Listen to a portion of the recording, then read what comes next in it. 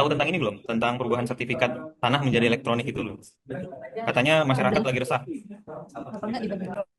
Oh iya, pernah dengar juga sih, katanya rawan banget pada tidak percaya sama sertifikat elektronik ini. Katanya nambah-nambah pengeluaran dan segala macamnya juga sih. Iya, ada lagi Iya. kayak gitu loh, Mbak. Oke, ada tanggapan nggak nih? Ada yang punya fakta-fakta terbaru nggak?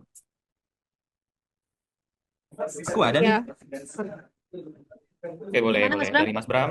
Kalau fakta-fakta yang kayak udah aku identifikasi ini kayak ada tiga ya kayak.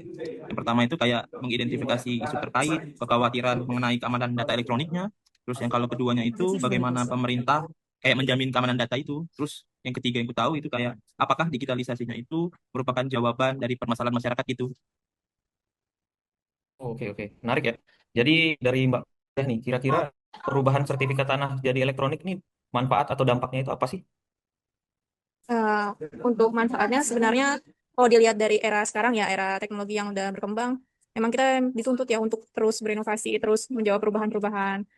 Karena dengan sertifikat elektronik ini mungkin akan mempermudah pelayanan, akan lebih cepat, lebih transparan, akuntabel. Ya mungkin ada di sisi dari masyarakat yang belum memahami secara jelas gitu, apalagi masyarakat-masyarakat yang dari daerah-daerah yang mungkin apa ya teknologinya kurang, jadi mereka juga kurang begitu memahami sertifikat elektronik. Jadi ada kekhawatiran dari mereka sendiri. Oke, Gitu baik. sih Mas. Berarti Iya. berarti masalahnya ini disolusi di apa ya? Sosialisasinya berarti ya. Iya, mungkin dari Oke. sosialisasi pihaknya. Oke, kalau dari Mbak Mia nih ada tanggapan nggak? Kalau tadi kan kita udah membahas masalah berakhlak ya, nilai-nilai ASN itu.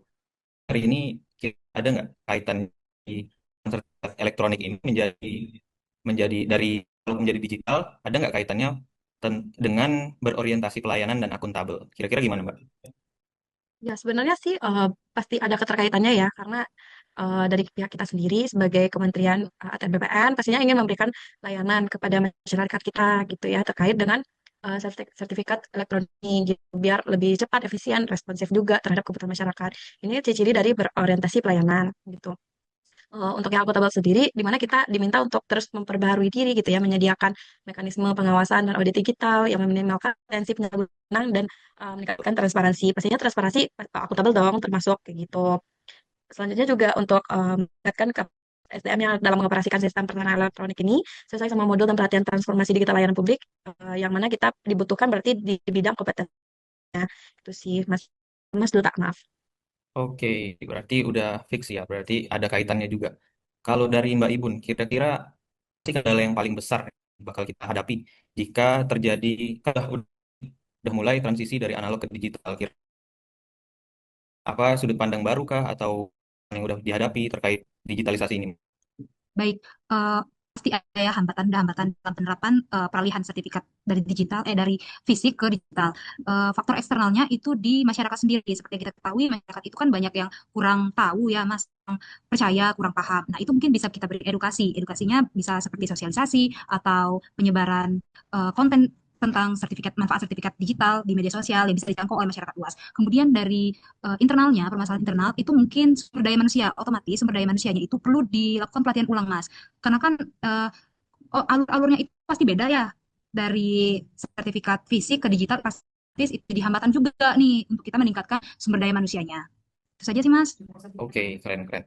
Jadi kita udah dapat banyak insight nih dari satu kasus doang. Padahal.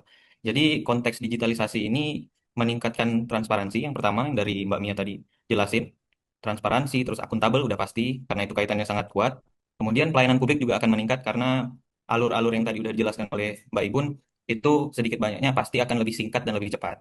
Kemudian ada lagi nggak tambahan nih dari kalian berempat atau ada tambahan lain yang mau ditambahkan kira-kira?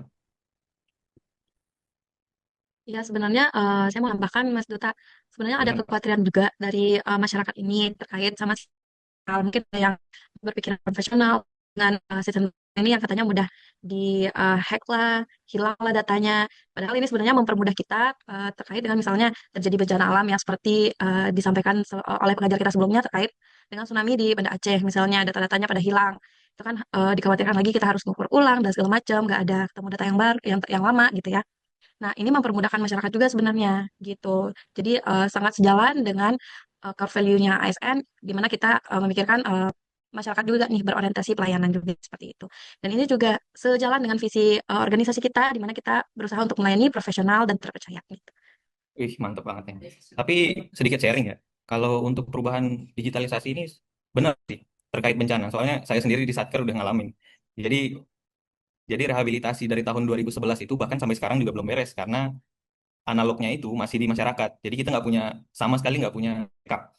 Nah, oke, jadi karena udah cukup lama nih kita diskusi, jadi kita wrap aja ya. Kira-kira Mas Bram bisa memberikan simpulan nggak nih dari apa yang udah kita diskusiin? Silakan Mas Bram. Atau Mbak Mia atau Mbak Ibun, silakan. Waduh, Mungkin terkendala koneksi ya ini ya.